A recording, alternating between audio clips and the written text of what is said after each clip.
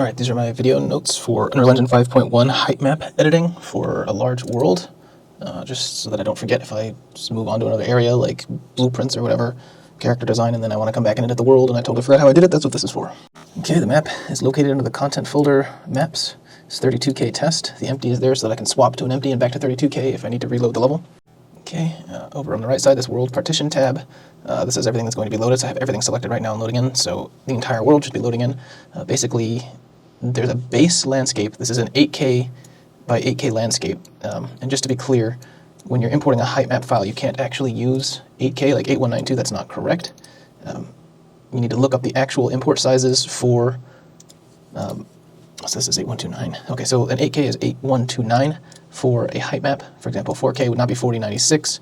4K is 4033, and that's just because of the way that the height map works, where they share vertices. So it's not actually a 4K texture is not actually 4K. It's a slightly different number because of some of the shared vertices. So that's why you need to look it up. So the way I've got this work, I've got an 8K height map as this sort of base floor texture, and then it's scaled to 400%. So that it's actually 32K. So it's basically just a low resolution 32K map so that it can actually be loaded in and function. If you move around, you'll see some areas like this are really low resolution, and then I've got other, what is it called, errant landscape stamps stamped in there, which look a little nicer. They're a lot smaller. Shrunken wise, I mean like the scale is smaller. Some of these are all errant landscapes. Each one of these is an errant stamp. We'll go over the stamping in a bit. I just want to get the concepts out there. All this is a single height map, and this one over here is a separate height map because this area needed very high detail in the terrain. So if we go take a look, you'll see just a ton of detail in the terrain, and that's just simply non-existent over here. If I switch into a wireframe mode, you should be able to see over here, the wireframe, actually it's kind of difficult to tell, let me come over here.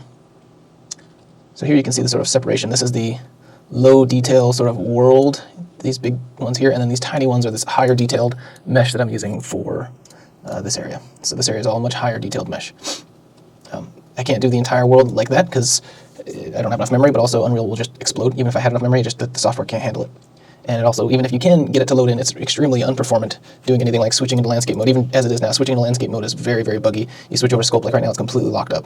So you just have to wait and wait and wait and wait, and then you'll go, still waiting, still waiting, still waiting. Completely locked up, can't do anything, and this will just frequently happen. Even if you don't switch any panels, even if you don't do anything, it will frequently just lock up like this, and it's just, you can't work like this, you can't build anything like this. So that's why I am trying to keep everything on this main 8K texture that's scaled up, and then if I have any features that I need to have high resolution, then they will be on their own landscape.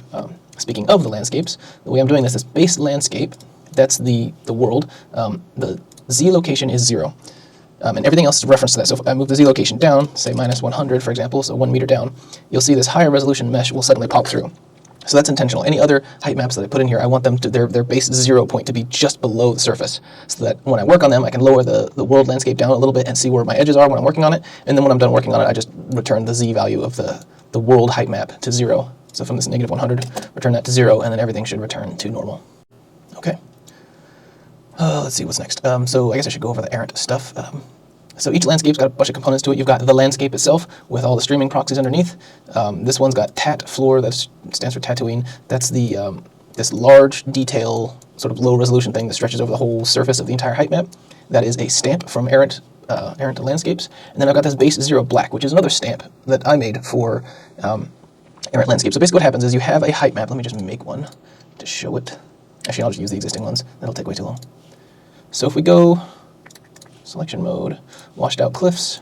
So if we go over to these washed out cliffs, you'll see that there's an errant landscape here, or an errant.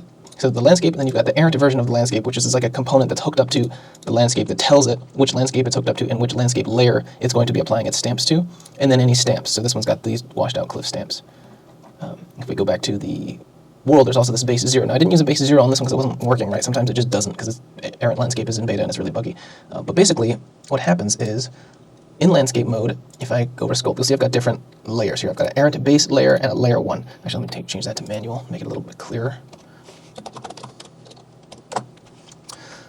So if we go into errant landscape mode and I try to create something, you'll see it'll ask me for which errant landscape layer. So there's only the washed out cliffs errant layer or the base errant layer. And then when I select something that I want to place, for example, Dunes 2, I have to click on that landscape and it will place that object in that layer. Now if I want to move this, you have to click on select and you'll get these arrows, but you can't interact with them. You have to just do something else. So I typically just hit W, which is the movement character or the movement keys, and now you can move it around and E to rotate and scale and do whatever you want.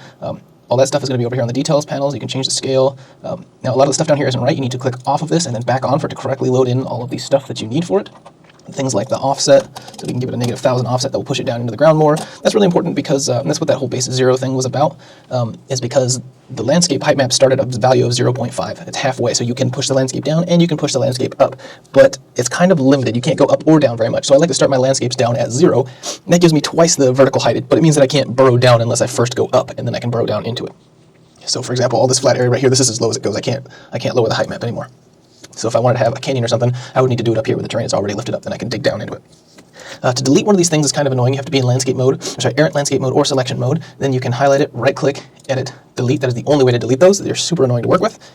What else?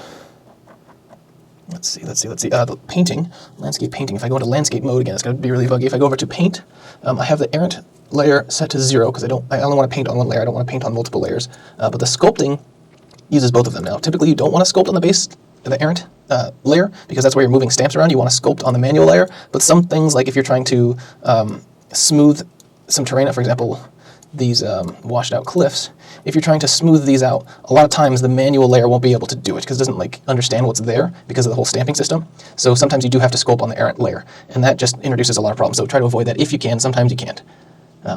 Now, because I've got a transition between two height maps here, a high resolution height map and a low resolution height map, you want to make that transition at as shallow an angle as possible. The transition's like right about here. It's really difficult to see here, which is a good thing. We want it to be difficult to see. We want it completely disguised so you can't tell the difference between low resolution transferring into the high resolution. But over here, where it's on a slope, it's a little bit more difficult for me to get them to line up exactly. So right here, I've got like a seam, so I'll need to fix that later. Let's see what else. Let's go into making the stamps. So to make a stamp, what I do is I go into Gaia, okay, and I am like an absolute 100% noob with this program, so I typically don't make my own stuff. I just find the existing stuff and work with it. So for example, I'll go into landscapes, click this folder thing, and just find something that looks decent that I might want to modify. Okay, let's check out this desiccated landscape, okay. I used to render these out in 8K, but I rarely make them that big. They're rarely that large. When I actually stamp them down, they're usually around like 1 to 2K, so you don't really need to spend that much time doing it unless it's going to be a really, really, really big texture. So let's set this up to 2K just so we can get a better idea of what's going on. And then, yeah, there's some stuff I don't really like about that, but this is just for explanation. If I highlight everything and click this mutate button at the bottom, that will randomize the seeds and should give us an entirely new texture that's based on the same math. Okay, there we go. I don't need this texture, and I don't need the sat maps. Just need the surface. There we go. Now, I also don't want the edges like this. I want it to be normal, basically, when I paint it down. So one thing I can do is I can either manually paint it in an outside program, or I can add a gradient. I'm going to change this to a radial. Plug the radial gradient into the original generator, and that will basically make it look like that, which is still junk. This one's not very good for that. There's probably some settings in here I'd have to play with, but I don't really want to use that right now. I'm going to do it manually. So let's go ahead and save this as test2, save. I typically add a blur because when you export this into Unreal, you'll find that it's super duper jagged and looks terrible. So you have to blur it. Okay, and we'll change the blur type to Gaussian. Power 5, Sigma 5, I found works really good. Now it looks really blurry here, but that blur is dependent on the resolution. So if you output a 2K texture, this is what it'll actually look like. If we output a 4K texture, that blur is less defined. The blur scales with the resolution. So higher resolution, you need a stronger blur. Lower resolution, you don't need as much of a blur, or you might not need a blur at all.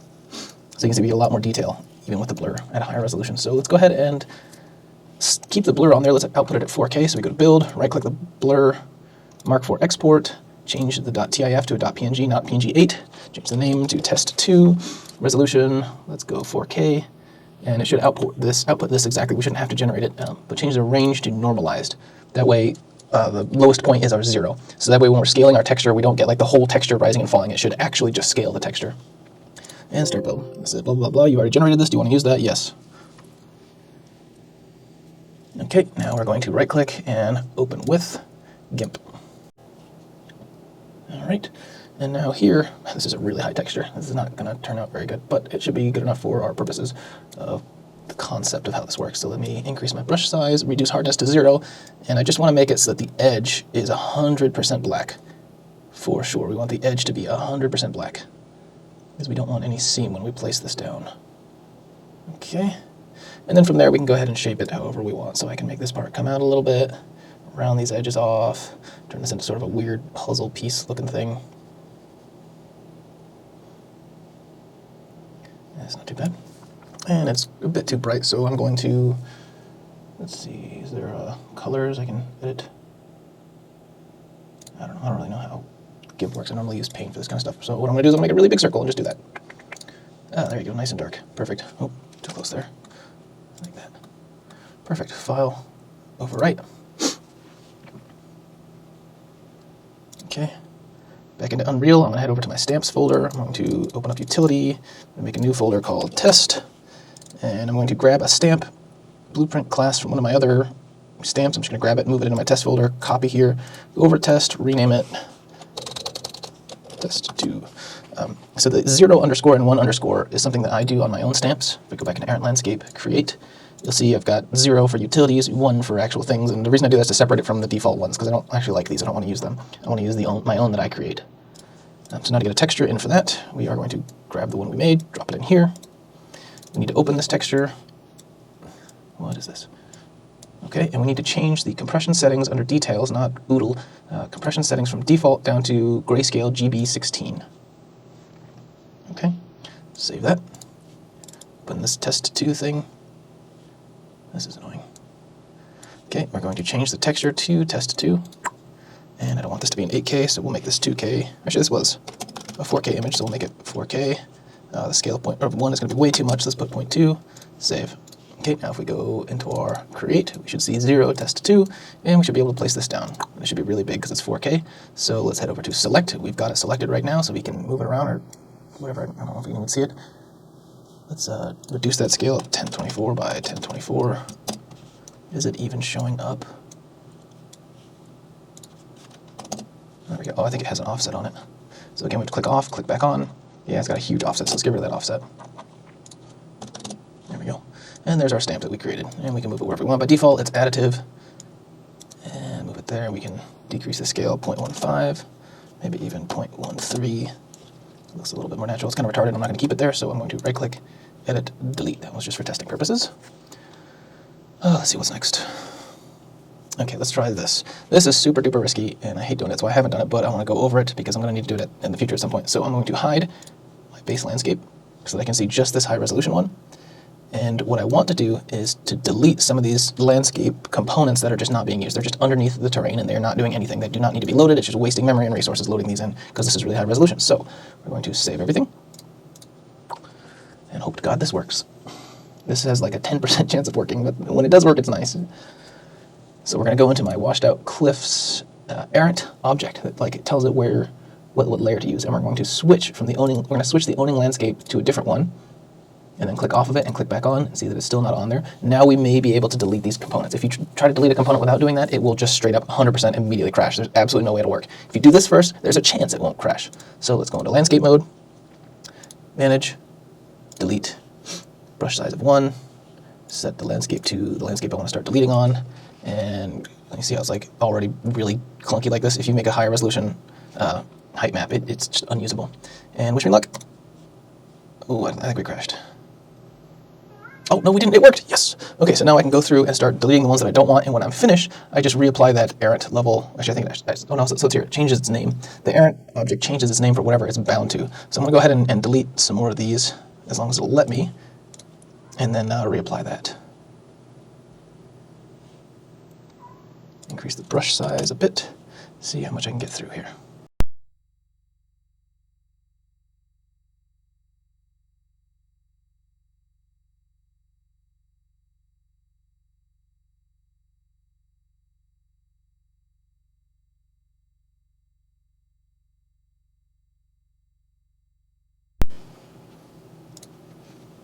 Oh, dang it.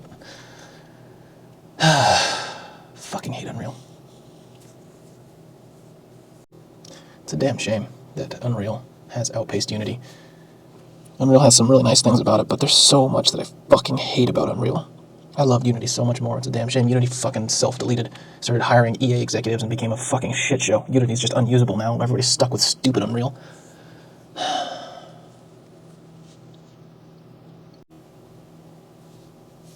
What the fuck is going on? Ladies and gentlemen, welcome to the Unreal Engine.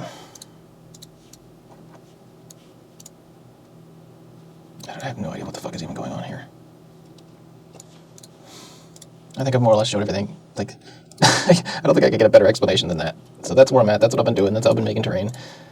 Knock yourself out.